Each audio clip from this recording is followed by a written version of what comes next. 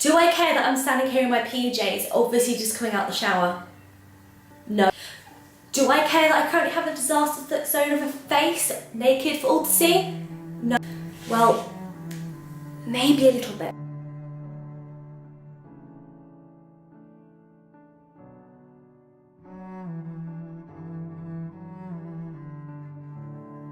Now, who are you in the UK are voting on the referendum tomorrow?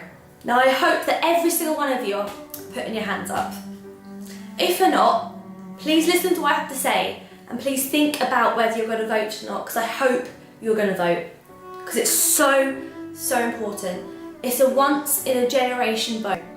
That's the problem. We need to vote. Whatever your decision is, whoever you're voting for, please vote. Now I know the debate so far, there's been a lot of confusion, a lot of fear mongering. Both sides, in my opinion, are probably telling some version of the truth because they all seem to have an answer to combat the other.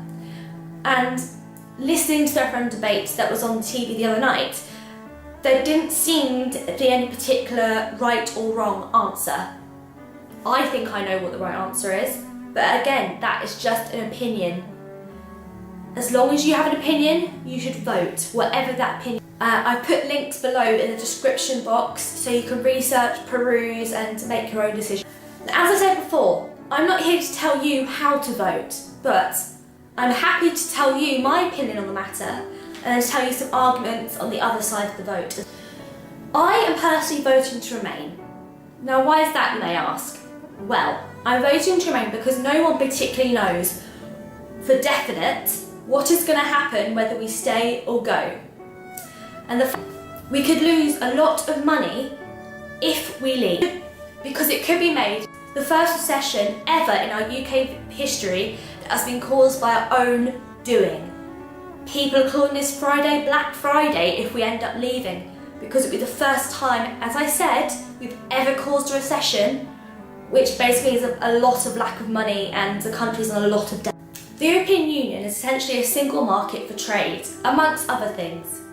If we left that single market, to do more trading with the European Union, we'll have to join a list. And this list could take as long as a decade, maybe more, to be able to organise a new trade deal with them. Which means, yes, we can negotiate deals with other countries outside of the EU, but there's no absolute guarantee that we'll be able to make ends meet with just those contracts. David Cameron himself has said that we could do very well outside of the EU. As I said before, there is no guarantees we'll be able to do that. Staying within the single market will still be able to retain that trade. David Beckham himself tweeted yesterday that you can't play Europe at football without being on the pitch to play. David Cameron mentioned this tweet on Lorraine and followed it up by saying the European Union will still be in that room making decisions about us because we'll still be part of Europe, but except this time not be in the room to defend ourselves. We will not be able to vote with or against that decision. It could be something as major as our country's security, and we can't help with that decision. We can't protect ourselves from what could potentially be a very wrong decision made by the European Union. We need to stay in to help protect us and help make decisions that we need to run, that we need, to stay in Europe. How can we help make the right decisions for Europe if we're not in there to defend ourselves? Right decisions for us as a UK and Europe if we're not in that room helping ourselves protect us. Remain's favourite quote is saying that we're losing £350 million a year that could be going to the NHS, but putting it in Europe. But Leave have combated that by saying that we're actually making money back from putting that in. So if we're making that money back, at least thereabouts, where's the new money for the NHS coming from? We probably won't have that much to put into the NHS. It's as much as I want the NHS to continue, leaving the European Union isn't the answer. It isn't the answer to keep funding the NHS. We need to find other solutions. And maybe remaining in the EU might actually help the NHS rather than hinder it. But I don't know. Both sides of the referendum have too many possibilities, positives and negatives. has said that the reform deal that David Cameron made on behalf of the UK meant that if we chose to remain tomorrow, that cannot be redone. We cannot change the reform deal that's been done. That could be seen as a negative, but I do generally think that David Cameron did get the best deal for us. And I also generally think that, as I said before, it is generally better to stay in the EU. But as I say, it is very important that we make all the decisions correct for ourselves. Don't let your friends tell you who to vote for. Research, look at all the arguments. I've put some links below. Do some research, type in on Google arguments staying in or out of the EU. Make your own decision. As long as you vote for what's right for you and you actually vote,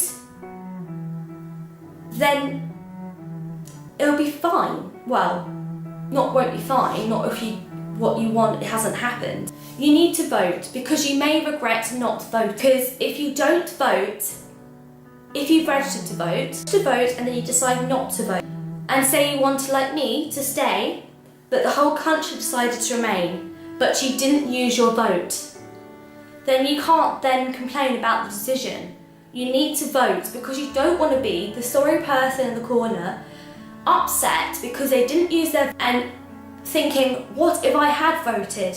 What if I had voted and my vote was the decider to stay in? Or vice versa. You don't want to have regret. Yes, I'd love you to all vote Remain, but at the end of the day, I can't tell you what to vote for. That's the politician's job. I can only tell you my opinion, and that's all I'm doing. But I'm also saying that you should vote for who you want to vote for, and don't regret not voting. Don't regret voting for who you did vote for because you voted what your friends or your family are telling you to vote for. Don't regret your decision and don't regret not voting. Do what's right for you. So as I said, research, use the links in the description box below, type in on Google for arguments, watch as many YouTube videos as you need to make your decision. The decision will affect us for the next 30 or so years. So don't be the upset person in the corner. Vote and make sure your vote can count.